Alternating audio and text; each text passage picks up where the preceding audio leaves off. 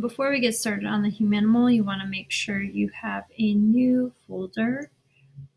So you should have the graphic design folder on your desktop. Double click. And then within that folder, we created our Layers 101 from last project. And now we should have a Humanimals folder. You can right click and do New Folder. And you're going to label it 02 Humanimal.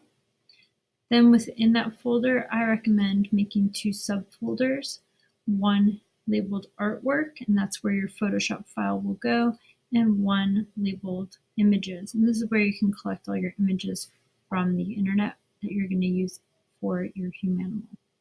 Once you create those folders, you can click out. We're going to go to Photoshop. I'm hitting Command Tab to scroll through my different programs. Photoshop should come up, except the window is minimized. Here we go. We're going to create a new document, so you should be able to get to this screen very easily. If not, you can go to File, New, and it'll bring this up. We are going to create a photo under Portrait 8x10. In my directions, it says Resolution 200, so you would just change that here. The resolution is measured in pixels per inch, PPI we call it. And then we want to title it as well. So we're going to call it Humanimal. And then we'll put last name,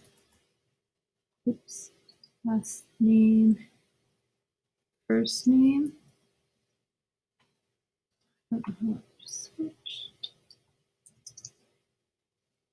Middle, let's say first name. I'm doing portrait orientation. You can change that to landscape if that's more appropriate, and create. Here's our document.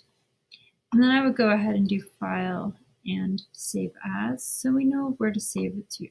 So again, you go to the desktop. It's going to be in Graphic Design, Humanimal, Artwork. And we're going to go ahead and hit Save.